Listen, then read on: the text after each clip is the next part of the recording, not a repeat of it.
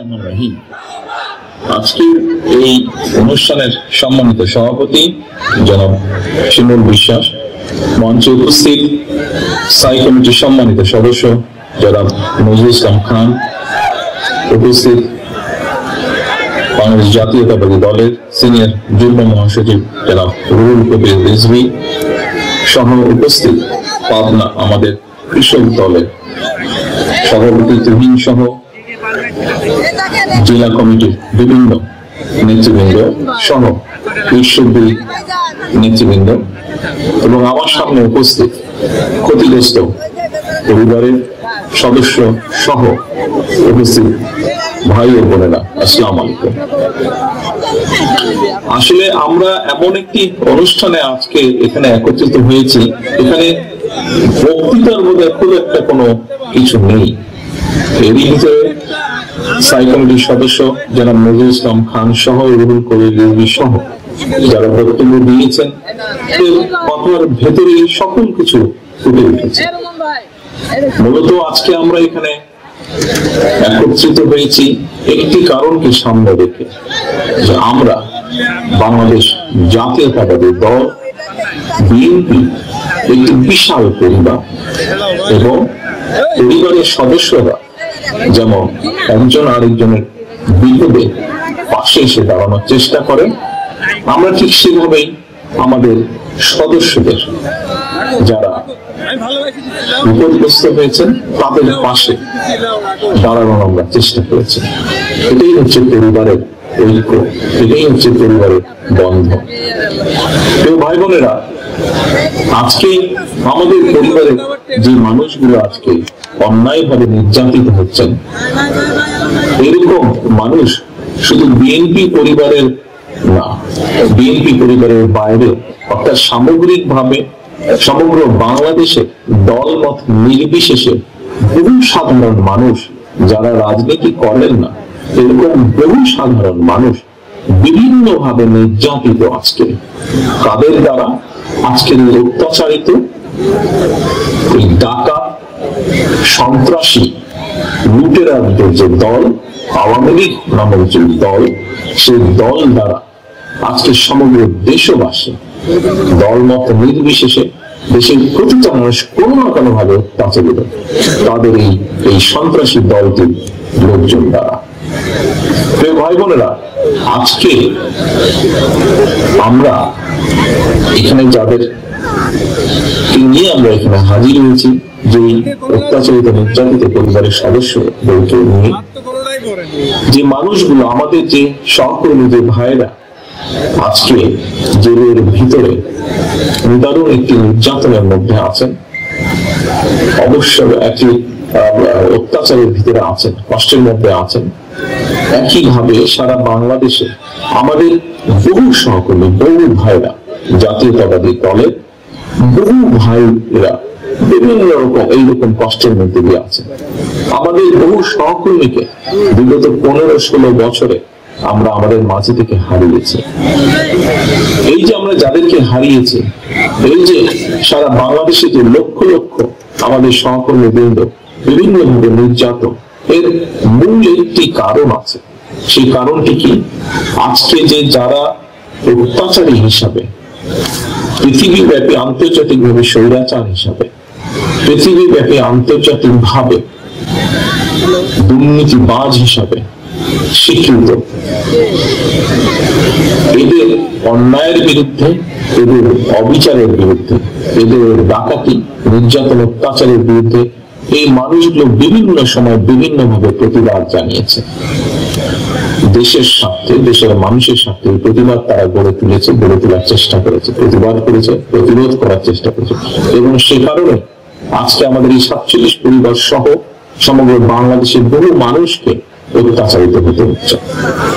ভাই বোনেরা, আপনারা খেয়াল করে দেখবেন, আমি একটু আগে যে কথাটি বলেছি যে রাজনীতি করেন না এরকম বহু মানুষ আজকে নির্যাতিত। বাংলাদেশে এমন একটা সময়ের ভিতর দিয়ে আমরা যাচ্ছি যখন দেশের সমাজে বহু জ্ঞানী গুণী মানুষ, বহু সম্মানিত গুণী ব্যক্তিবর্গ আজকে বিভিন্ন ভাবে নির্যাতিত। একটি কারণ, তারা এই অন্যায়গুলো এই দেশে আজকে যা হচ্ছে দেশের মানুষের সাথে, দেশের ভাগ্যের সাথে যেই যা হচ্ছে আজকে তার বিরুদ্ধে তারা প্রতিবাদ জানিয়েছেন বা তারা কিছু বলেছেন, কিছু করেছেন। সেজন্যই রাজনৈতিক বাইরেও বহু মানুষ আজকে নির্যাতিত, অত্যাচারিত। তবে আজকে এখানে যে 47 পরিবারের সদস্য আছেন, আপনারা যারা এই কথাগুলো, আমার কথাগুলো শুনছেন, তার বাইরে যে মানুষগুলো আছেন, আপনারা যারা শুনছেন, এর বাইরে হয়তো বহু মানুষ সংযুক্ত আছেন এই স্ট্রিমিং এর সাথে, যারা শুনছেন সবাইকে আমি একটি কথা বলতে চাই।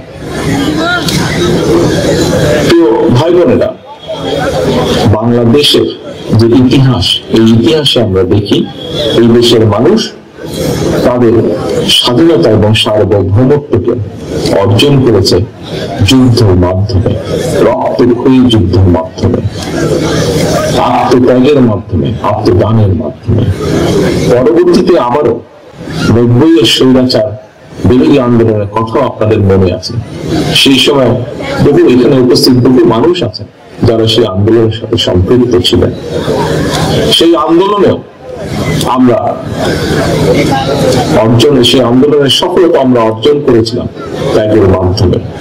প্রিয় ভাই বোনেরা, আমিও দৃঢ়ভাবে বিশ্বাস করি যে অত্যাচার হচ্ছে, যে নির্যাতন হচ্ছে, যে অত্যাচার নির্যাতন হচ্ছে, এর অবশ্যই অবসান হবে এবং এর অবসান অবশ্যই আমাদেরকে করতে হবে ঐক্যবদ্ধ হবে।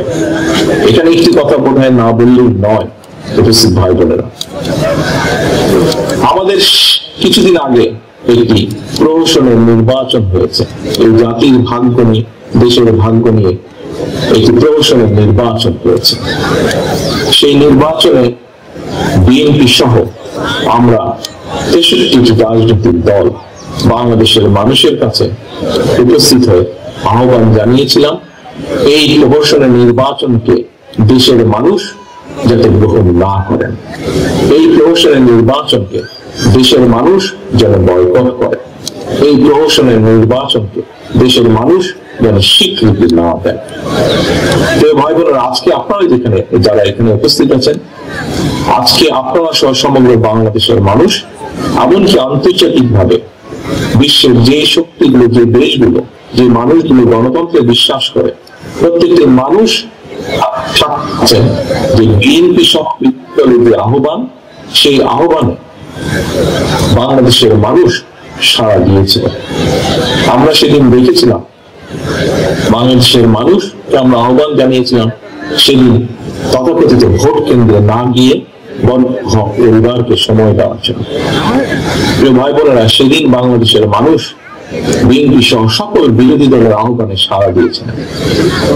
সেদিন তথাকথিত নির্বাচনের তথাকথিত ভোট কেন্দ্রগুলোতে আমরা ভোটারদের উপস্থিতি দেখিনি। আমরা দেখেছিলাম কিছু বাঁদরের উপস্থিতি, আমরা দেখেছিলাম কিছু কুকুর বিড়ালের উপস্থিতি, আমরা দেখেছিলাম কিছু গরু ছাগলের উপস্থিতি, এবং আমরা দেখেছিলাম আওয়ামী লীগ, ছাত্রলীগ নামক কিছু সন্ত্রাসী উপস্থিতি, যারা ছোটবেলায় শোনা সেই কুমিরের বাচ্চা দেখানোর মতো, যারা নিজেরাই একবার ভিতরে গিয়েছে, বাইরে এসেছে, লাইন করেছে, দাঁড়িয়েছে মিডিয়াকে উপস্থাপন করানোর জন্য। এরকম কুমিরের বাচ্চা দেখানোর খেলা আমরা দেখেছিলাম। প্রিয় ভাই বোনেরা, বাংলাদেশের 12 কোটি ভোটার সহ 20 কোটি মানুষ এই কারণেই সেদিন বিএনপির আহ্বান, বিএনপি সহ বিরোধী দলের আহ্বানে সাড়া দিয়েছিলেন। কারণ এখানে আমি যতটুকু কথা বলেছি, আমার সাথে অন্য বক্তারা যেই কথাগুলো বলেছেন, এর বাইরেও বহু কিছু আছে। আজকে কৃষকরা, নির্যাতিত কৃষকরা, কৃষকের ফসলের দাম পায় না। আজকে সাধারণ মানুষ, কোটি কোটি মানুষ ঋণ করে সংসার চালায়। আজকে হাসপাতালে গেলে সাধারণ মানুষ চিকিৎসা পায় না, ওষুধ পায় না। আজকে বিদ্যুতের উন্নয়নের নাম করে লক্ষ কোটি টাকা বিদেশে পাচার। আজকে মানুষকে দাবিয়ে রাখার জন্য গুম খুনের শিকার হাজারো লক্ষ মানুষ। এই সবগুলো বিষয়ের সাথে দুর্নীতি, অপশাসন, এই সবকিছুর সাথে যা বিরোধী দল দেশের মানুষের কাছে উপস্থাপন করেছে, এই সবকিছুর সাথে কম বেশি দেশের মানুষ একমত। আমরা দৃঢ়ভাবে বিশ্বাস করি বাংলাদেশের মানুষ এই অবস্থার পরিবর্তন চায়। আমরা বিরোধী দলের অবস্থান থেকে বলেছি আমরা নিরপেক্ষ সরকারের অধীনে নিরপেক্ষ নির্বাচন চাই দেশের জন্য, দেশের মানুষের জন্য, যে নির্বাচনে মানুষ ভোটের মাধ্যমে তার ইচ্ছার প্রতিফলন ঘটাতে পারবে। 7 তারিখে জনমানব শূন্য ভোট কেন্দ্রগুলো, তথাকথিত ভোট কেন্দ্র 7 তারিখে জনমানব শূন্য, ভোটার শূন্য ভোট প্রমাণ করে যে দাবি বিরোধী দল, বিএনপি সহ সকল বিরোধী দল জাতির সামনে উপস্থাপন করেছে, এইটি বর্তমানে শুধু বিরোধী দল বা বিএনপির দাবি নয়, বরং এটি বাংলাদেশের সমগ্র মানুষের দাবি, বরং বাংলাদেশের সকল ভোটারের দাবি এটি। প্রিয় ভাই বোনেরা, আজকে যদি দেশে এখানে যে 47 পরিবার আছেন, নির্যাতিত পরিবার, এরকম হাজারো লক্ষ পরিবার দেশে আছে, এই পরিবারগুলোকে যদি ন্যায় বিচার এনে দিতে হয়, এই পরিবারগুলোর সাথে সাধারণ লক্ষ কোটি মানুষ যারা বিভিন্নভাবে নির্যাতিত, অত্যাচারিত, তাদেরকে ন্যায় বিচার এনে দিতে হয়। দেশের শিক্ষা ব্যবস্থার যদি সঠিকভাবে পরিবর্তন করতে হয়, দেশের যুবকদের কর্মসংস্থানের ব্যবস্থা করতে হয়, র্যাব পুলিশের হত্যা, গুম, খুন যদি বন্ধ করতে হয়, তাহলে অবশ্যই আজকের যে ডাকাত দল যারা ক্ষমতা দখল করে রেখেছেন, আজকের যে এই লুটতারাজকারী দল, এদের অপসারণ করতে হবে। এবং এইটি একমাত্র সম্ভব জনগণের শক্তি দ্বারা। জনগণের শক্তি দ্বারা দেশে যদি আইনের শাসন প্রতিষ্ঠিত করতে হয়, তাহলে একমাত্র সম্ভব জনগণের শক্তি দ্বারা, অর্থাৎ জনগণের সম্মিলিত, একত্রিত, ঐক্যবদ্ধ অবস্থানের মাধ্যমে, শক্তির মাধ্যমে এটি করা সম্ভব। প্রিয় ভাই বোনেরা, আমি দৃঢ়ভাবে একজন রাজনৈতিক কর্মী হিসেবে দৃঢ়ভাবে বিশ্বাস করি আমি যে দেশের মানুষ যুদ্ধ করে তার নিজের দেশের স্বাধীনতা ছিনিয়ে এনেছে, সেই দেশের মানুষ অবশ্যই আবারও সংগ্রামের মাধ্যমে, আন্দোলনের মাধ্যমে তাদের হারিয়ে যাওয়া গণতান্ত্রিক অধিকার পুনঃপ্রতিষ্ঠিত করতে, পুনরুদ্ধার করতে সক্ষম। প্রিয় ভাই বোনেরা, আজকে বিষয় 7 তারিখের পরে আরেকটি নতুন বিষয় উদ্বেগ হয়েছে। এই বিষয়কেও আমি মনে করি আমাদের সকলের উপলব্ধি করা প্রয়োজন। 7 তারিখ পর্যন্ত আমাদের আন্দোলন ছিল দেশের মানুষের হারিয়ে যাওয়া অধিকারকে পুনঃপ্রতিষ্ঠিত করা, ভোটের অধিকার, গণতান্ত্রিক অধিকারকে পুনঃপ্রতিষ্ঠিত করা। প্রিয় ভাই বোনেরা, আপনারা যদি খেয়াল করে দেখেন, 7 তারিখে আজকের এই ফ্যাসিস্ট, স্বৈরাচার, ভোট ডাকাত, লুটেরা, যেভাবেই বলি না কেন, এই দামি সরকার, এরা জোর করে মানুষের বুকে অস্ত্র চেখে ক্ষমতা দখল করার পরে আজ শুধু মানুষের ভোটের অধিকারই নয়, আজকে দেশের স্বাধীনতা, সার্বভৌমত্বকে রক্ষার বিষয়টিও সামনে চলে এসেছে। তো ভাই বোনেরা, আমরা দেখেছি এরা মানুষের সমর্থন নিয়ে ক্ষমতায় আসেনি, এরা ক্ষমতায় এসেছে এমন কারো সমর্থন নিয়ে যারা ফেলানি সাথে জড়িত। এরা এমন কারো ক্ষমতা সাহায্য নিয়ে, সহযোগিতা নিয়ে ক্ষমতায় এসেছে যারা গেল স্বাধীনতা দিবসের 26শে মার্চ আমাদের বাংলাদেশের মানুষকে 2টো লাশ উপহার দিয়েছে। প্রিয় ভাই বোনেরা, কাজেই আজকে আমাদের দায়িত্ব শুধু ভোটের অধিকারকেই প্রতিষ্ঠিত করা না, ভোটের অধিকারের সাথে সাথে আজকে দেশের স্বাধীনতা, সার্বভৌমত্বকে আমাদের রক্ষা করতে হবে। কারণ যদি আমরা স্বাধীনতা, সার্বভৌমত্বকে রক্ষা করতে না পারি, আমরা ভোটের অধিকারকে রক্ষা করতে পারবো না। যদি ভোটের অধিকারকে রক্ষা করতে না পারি, এই 47 পরিবার সহ আমরা দেশের লক্ষ কোটি মানুষকে ন্যায় বিচার এনে দিতে পারবো না। কিন্তু আমি একটু আগে এই কথাটি বলেছি আপনাদের কাছে, আমি দৃঢ়ভাবে একজন রাজনৈতিক কর্মী হিসাবে আমি দৃঢ়ভাবে বিশ্বাস করি এই দেশের মানুষ যুদ্ধ করে স্বাধীনতা অর্জন করেছে। এই দেশের মানুষ 90 আন্দোলনের মাধ্যমে, গণ আন্দোলনের মাধ্যমে গণতন্ত্রকে পুনরুদ্ধার করেছিল। আবারও আমি দৃঢ়ভাবে বিশ্বাস করি ইনশাআল্লাহ এই দেশের মানুষ আবারও আন্দোলনের মাধ্যমে, রাজপথে আন্দোলন গড়ে তোলার মাধ্যমে আবারও এই দেশের মানুষের হারিয়ে যাওয়া অধিকার, এই দেশের স্বাধীনতা হুমকির মুখে যে স্বাধীনতা সার্বভৌমত্ব, সেটিকে দেশের মানুষ আবারও রক্ষা করতে সক্ষম হবে ইনশাআল্লাহ। প্রিয় ভাই বোনেরা, এই প্রত্যাশা রেখে আমি আমার বক্তব্য শেষ করছি। ইনশাআল্লাহ সেদিন বেশি দূরে নয়, যেদিন আমরা সক্ষম হব এই দেশের মানুষের হারিয়ে যাওয়া গণতান্ত্রিক অধিকার তাদের কাছে ফিরিয়ে দিতে। ইনশাআল্লাহ সেদিন বেশি দূরে নয়, যেদিন এই দেশের স্বাধীনতা সার্বভৌমত্বকে বাংলাদেশের মানুষ নেতৃত্ব দিয়ে নিজেরাই রক্ষা করতে সক্ষম হবে। এই প্রত্যাশা রেখে আমার বক্তব্য শেষ করছি।